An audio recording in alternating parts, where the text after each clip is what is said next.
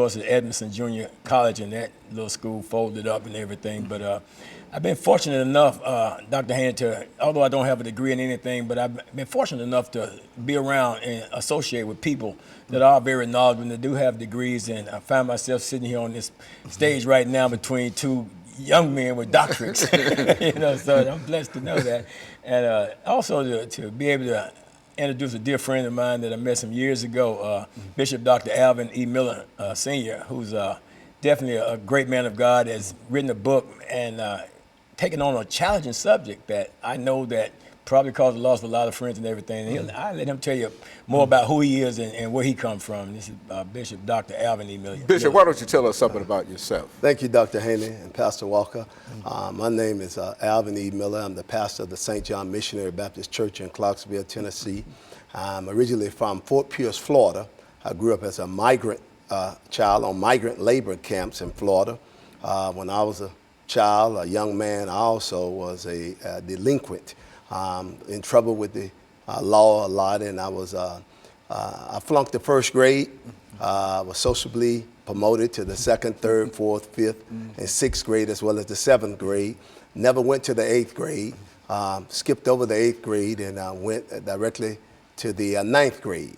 And so once I played football in high school in Florida, and I went to Eastern Kentucky University, where I received a BA in sociology. Played on the football team there, and we won the 1979 1AA National Championship, and I was the A.B. Chevrolet Most Valuable Player. In 1985, I enrolled in the Southern Baptist Theological Seminary in Louisville, Kentucky, and I received my Master of Divinity. And in 1999, I graduated from Oral Roberts University with my Doctor of Ministry. I have spent 32 and a half years in the United States military, Army as a chaplain. I retired about a couple of years ago, and I reside now in Nashville, Tennessee. And so you brought us this man here today, Pastor Walker, a man of great esteem, bishop in a church, to talk about and looking at your background, Reverend, I can understand that you understand where you came from, you understand where you came from, and I think that all of us can say essentially the same thing. And I think it's an encouragement to a large number of young people who might be able to see us this morning to know that no matter what the situation might have been or might be, that all you have to do is persist. And I think that the two of you represent what we are dealing with this morning, that it is possible to overcome anything and that there's nothing impossible when you decide to put God in the situation with you. And so what we're going to do, Bishop, we're going to take this first commercial break. And we're just delighted that Pastor Walker was able to bring you by with us, but we're going to take this first commercial break, and we're going to have a 2-minute break, and we're going to come back and we're going to give you 8 minutes. We're going to start off with Pastor Walker, and we'll give you 8 minutes to talk about your book, yes, sir. Women in the Ministry, Preach, Sister, Preach, and then that will give us an opportunity during that final segment to simply round out some of the things and some of our hopes and our aspirations. But I simply want to thank you for being with us, and let me encourage our audience to wait on us following this short commercial break.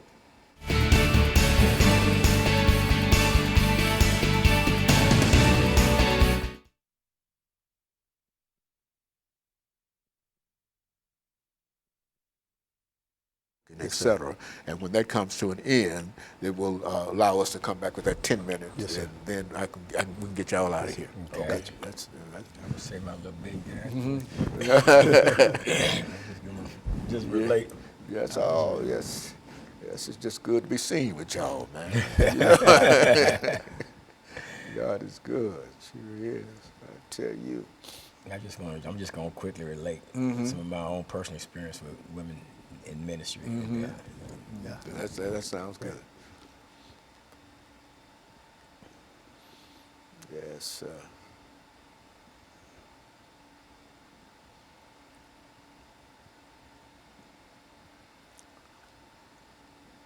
And so you were you was a chaplain in the service. Which service were you in? Army. Army? Yeah. When Obama came in May of 2011 and congratulated us when we killed Osama bin Laden, I did the prayer for him. No, you didn't. Yeah. You got to tell me about that. You might bring that up, but Okay.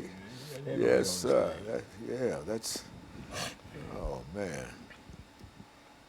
My father was in the military all of his life, and I was a military dependent. Okay, I got you. But I for got the most part, went to France, finished high school in Vernon American High School in France. Now I'm a 31 out of the class of 32. Go ahead. That's where I stand now. 31 out of the class of 32. That's down to the low end.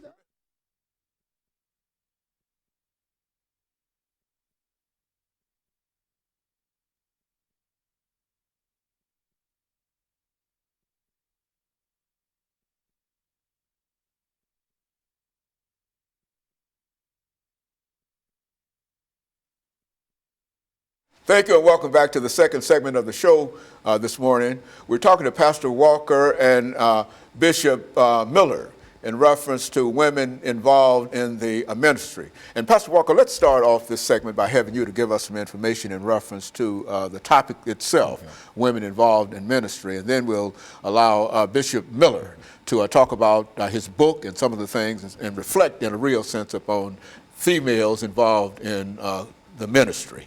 Well, Dr. Haney, this is this is some subject matter that I can really relate to because I've been exposed to women in ministry ever since I was a child.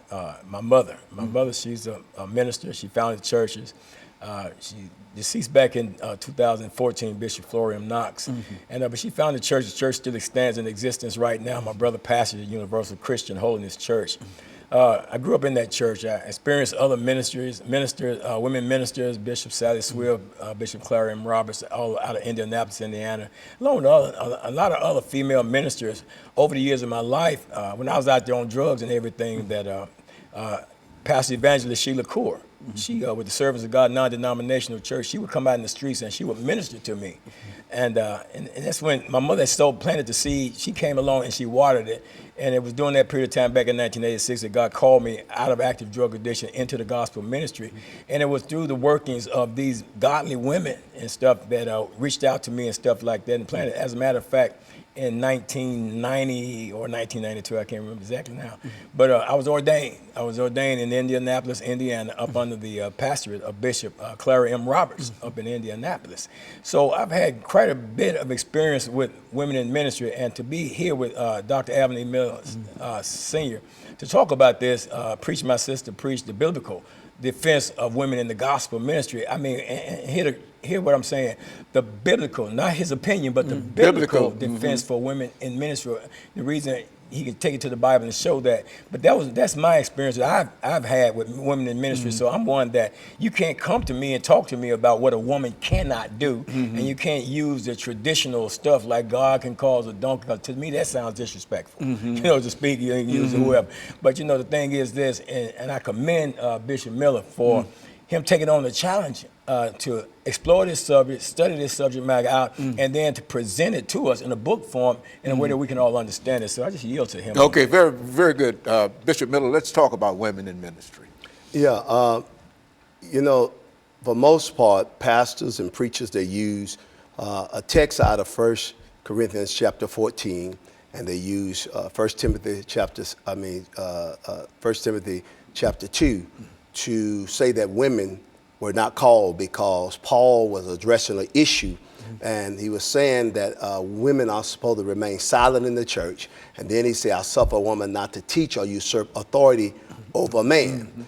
Okay, but at the same time, then First Corinthians chapter 11 says, a woman, if a man prays and prophesies with his head covered, he dishonor his head. Then it uses the same terminology that if a woman prays and prophesies with her head uncovered, she dishonor her head. So why would he use, if he didn't want women to preach, why would he use that same illustration? And so I think what was going on, as I share in the Bible, is that there was an issue that was going on in the book of Corinthians and in the congregation that he addressed in the book of Timothy, where he addressed that, because he really didn't mean for women not to preach, because there's too much in the Bible. There's too much illustration that shows, even from the Old Testament, if you would look at 2 Kings and 2 Chronicle, where there was a woman, a prophetess by the name of Huldah, Huldah,